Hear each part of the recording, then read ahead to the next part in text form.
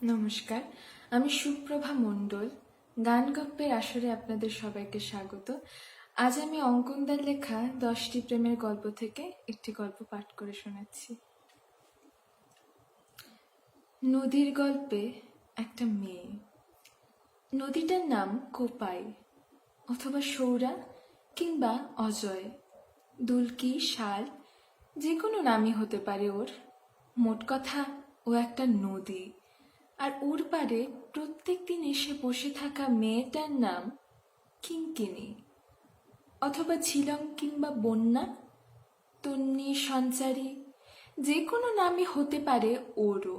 মোট কথা, ও একটা মেয়ে, আর মেয়েটা প্রত্যেক দিন বিকেলে ওই নদীর পাড়ে এসে বসে।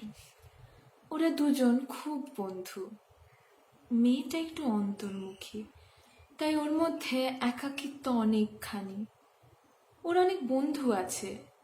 ওর বাবা, মা, ভাই, জেঠু, জেঠি, পাড়াতুতো মাসিমা, পিসিমা সবাই আছে। ওর স্যাররা আছেন, দিদিমণিরা আছেন, সবাই সবাই ওকে ভালোবাসেন। কিন্তু তবু মেয়েটা একা। ও একা একাই নিজের মনের সঙ্গে ভাগ করে একটা অন্য পৃথিবী করেছে, যেখানে ও তার অচিন জগতের হদিশ পায়। সেই জগতে ও ঘুরে বেড়ায়, খেলে বেড়ায়, কবিতা লেখে, গান গায়, আরো কত কি করে। ওর সেই জগতের হদিশ ও কাউকে দেয় না, বন্ধুদের না, বাবা মাকে না, দিদিমণি, স্যার, পাড়াতুতো মাসিমা, পিসিমা, কাউকে না। অথবা ও দিতে চায়, কিন্তু সেই জগতের হদিশ অন্যরা খুঁজে পায় না, পায়নি কোনোদিনও ওর মনের চোখ দিয়ে। তাই ও একা, আর ও একা বলেই নদীর কাছে এসে বসে থাকে। নদীকে ওর সব মনের কথা বলে। নদী খুব মন দিয়ে ওর কথা শোনে। ওর ঢেউগুলো হঠাৎ হঠাৎ ছলকে উঠে মেয়েটার শরীরে আছড়ে পড়ে। মেয়েটা বোঝে নদী ওর সবচেয়ে কাছের বন্ধু। ওর সব কথা, সব অনুভূতি নদী বুঝতে পারে। ওকে আদরের স্পর্শ দেয়, ওকে ভিজিয়ে তোলে। একদিন একটা নতুন ছেলের সঙ্গে মেয়েটার বন্ধুত্ব হলো। ছেলেটার নাম কুন্তল অথবা শুভ্র কিংবা অর্কপ্রভ, নীলাভ্র, অরুণাংশু, যে কোনো নামই হতে পারে। মোট কথা, মেয়েটার সঙ্গে ওর বন্ধুত্ব হলো।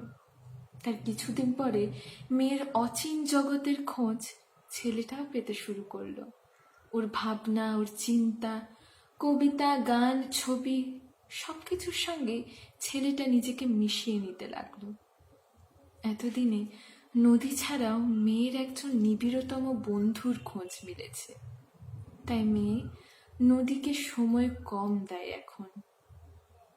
নদীর পাড়ে গিয়ে একা একা বসে নদীকে নিজের মনের যাবতীয় কথা উজাড় করে দেবার কথা ভুলে যেতে থাকে, অথবা প্রকাশ করার সময় থাকে না, অথবা ইচ্ছেটাই ক্রমশ কমে আসতে থাকে।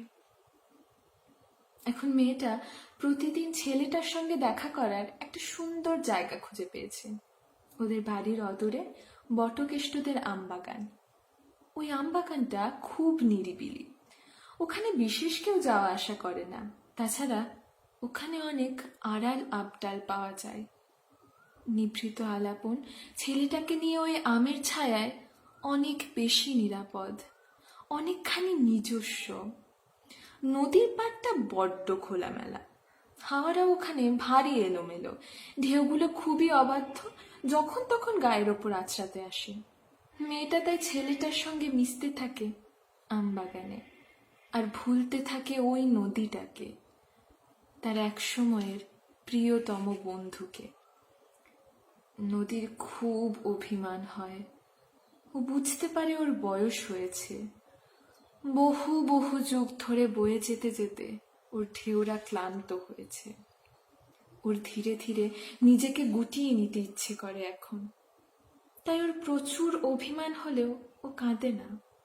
কাঁদলেই জানে যা জল পারবে সেই জলই ওকে শুকোতে দেবে না, আবার নব যৌবন ফিরিয়ে দেবে। যেটা ও আর কিছুতেই চায় না। ওর চরে বালির অংশ বাড়তে থাকে, বাড়তেই থাকে। ওর জলের ধারা ক্ষীণ হতে হতে ক্রমে একটা সুতোর আকার ধারণ করে। ওর এখন আর ঢেউ নেই, উচ্ছলতা নেই, উন্মাদ পবনের গায়ে আছড়ে পড়া জলকণা নেই, নেই নেই, কিচ্ছু নেই ওর এখন।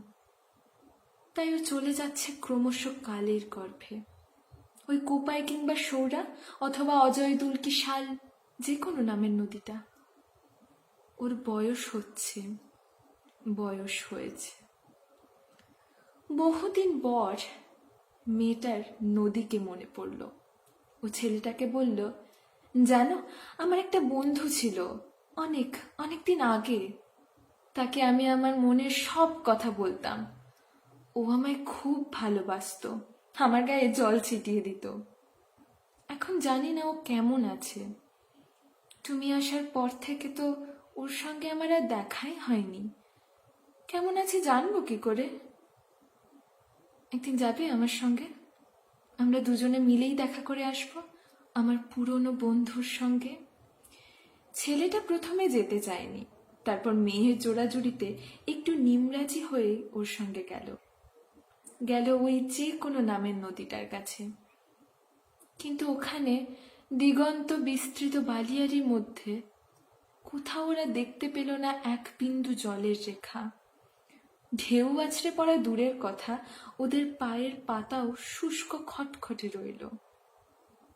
ওরা এপারের চর ধরে হাঁটতে হাঁটতে ওপারে পৌঁছে গেল অচিরেই। নদী ওদের ভেজালো না, নদী ওদের ভাসালো না। ও এখন বুড়ো হয়ে গেছে।